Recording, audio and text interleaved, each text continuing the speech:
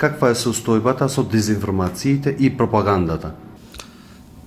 Безбедноста и улогата на информациите и дезинформациите е главниот процес на одвивање на настаните во една држава, како во меѓународен план, така и во ниво на државата, се основни компоненти кои меѓу информациите, дезинформациите, пропагандата ја игра главната улога и која виктимизира одредени цели на самите држави или дискреционите права што ги одвиваат во меѓународниот план.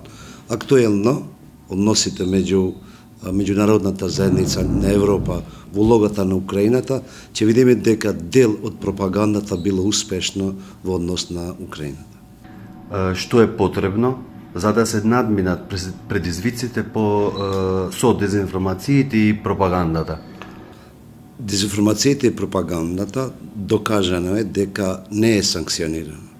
За жал, и една група или една држава не може сама да се справува во однос на превенцијата, да ги минимизира последиците од пропагандата, затоа треба посебни конвенции кои ќе го регулираат истото и да се санкционираат одредени медии или индивидуа или држави во однос на пропагандата. Јас мислам дека досега овој простор е искористено од интелигентните држави за да ги постигнат своите цели. Затоа без санкционирање во меѓународниот план на одредени групи и држави, уште поагресивно ќе биде пропаганда.